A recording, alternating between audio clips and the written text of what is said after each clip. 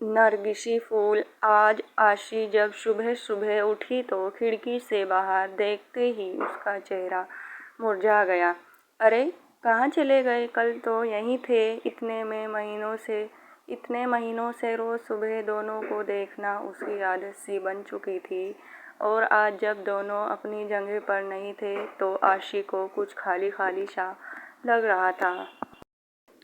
सुबह सुबह बस वो दोनों सामने दिख जाते तो आशी का रोम रोम पुलकित हो उठता था, सुवासित हो उठती थी उसकी सांसें। मन एक अद्भुत खुशी महसूस करने लगता और सबसे खास बात, इन सब का सकारात्मक प्रभाव पड़ता उसके मन मस्तिष्क पर और कलम खुद ब खुद कोई गीत लिखने लगती। पता नहीं क्या जादू था उन नरगिसी फूलों में, बस देखते ही मन मचल उठता। शायद असीम का असीम प्यार भरा था।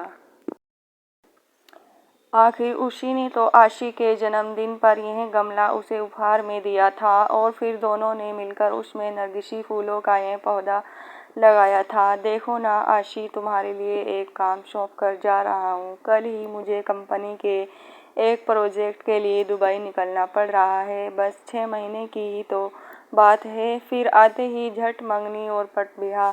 बस तब तक मेरी यादों को इस पौधे में संजोती रहना। असीम को आशी की बातों में उलझना बड़े अच्छे से आता था। असीम बेशक चला गया था, लेकिन आशी हर रोज बड़े अरमानों से उस पौधे को सींचती रही। आशी की खुशी का उस वक्त ठिकाना नहीं था जब वह एक रोज सुबह उठती और उसने पौधे पर 2 फूल खिले हुए देखे, पीले रंग के।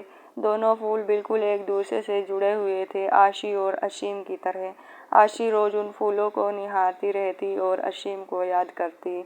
आशी की रोज असीम से फोन पर बात होती थी। भला 2 साल से चल रहा प्रेम दूरियों से कैसे कम हो सकता था। इसी प्रेम की शक्ति ने तो उसे क्या से क्या बना दिया था। कभी किसी को चिट्ठी पत्री में 2 अक्षर न लिखने वाली आशी की कला आज अनवरत चलने लगी थी। अपने जज्बातों की इस स्याही में भिगो कर क्या क्या न लिख डालती थी। तेरे एहसास में खुद को ऐसे फना कर दिया हमने, जिंदगी बाकी ना बची, ना तेरे साथ और ना तेरे बाद। पता नहीं कैसा एहसास था जो दिल से निकल कर पन्नों पर बिखरते रहते। जब भी मन होता आशी उन नरगिस के फूलों को निहारते हुए खिड़की के पास कागज कलम लेकर बैठ जाती। माँ जब डांटना शुरू कर देती तब सुध पड़ती कि कुछ खाना भी है और घर का कामकाज भी देखना है। पता नहीं पिछले कुछ दिनों से क्या हो गया था उसे। पतझड़ का मौसम आ गया था, फूल मुरझाने लगे थे। माली से पूछकर खाद पानी भी डाला। असीम को फोन पर बताया तो वह भी पहले खूब हंसा, फिर बोला पतझड़ बीत जाने दो, सब कुछ ठीक हो जाएगा। आशी फिर भी आश्वस्त नहीं हो पा रही थी। अब तो बसंत की बहार भी छाने लगी थी, चारों तरफ एक मीठी बहार बहने लगी थी, लेकिन फिर भी आशी को कुछ सही नहीं लग रहा था। आज भी उन फूलों को देखे बिना बेचैनी बढ़ रही थी। आशी कागज कलम फेंक कर बाहर आ गई थी और गमले के आसपास ही चहलकदमी करने लगी।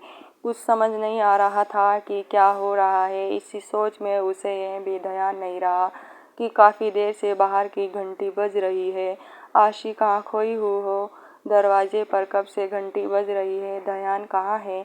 माँ ने दरवाजे की ओर जाते हुए पूछा। इससे पहले कि आशी संभाल पाती, दरवाजे पर असीम खड़ा था, मुस्कुराते हुए, हाथों में नरगिसी फूल लिए।